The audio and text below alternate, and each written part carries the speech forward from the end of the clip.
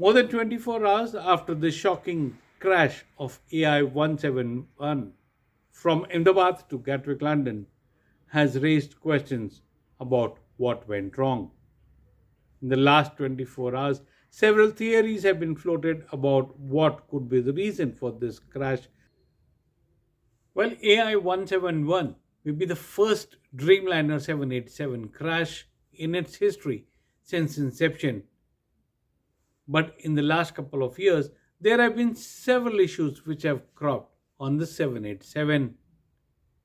While in May 2024, FAA had launched an investigation into finding out about the technical snags because of which questions were raised on the safety aspect.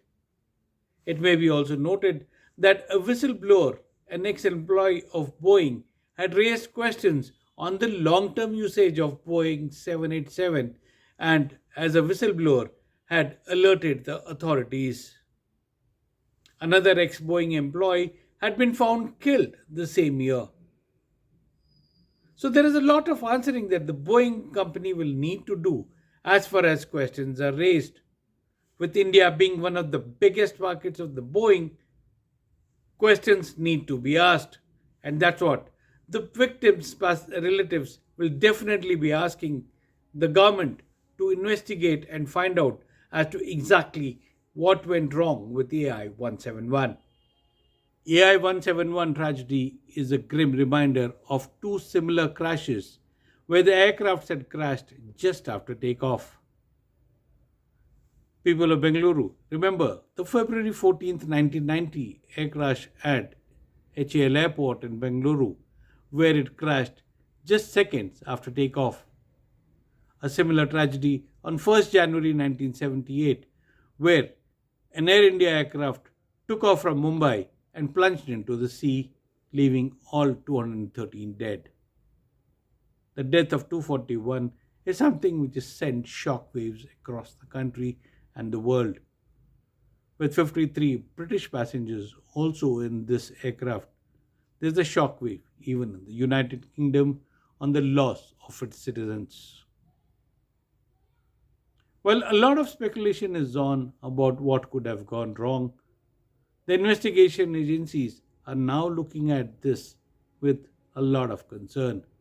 Though it's the first crash of a Boeing 787 Dreamliner, but the fact that it has had complaints of technical snags in the past, in the last 14 years, is something that again raises questions about the safety aspect.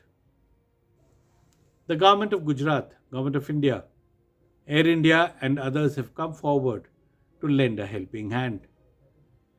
But as stories of each tragic case, of each passenger's stories, comes out, it brings emotions to the heart to know the pain of the people, the loved ones who've gone. Well, nothing can bring back the passengers who lost their lives or the students of the medical college who lost their lives, but the grim tragedy raises several questions.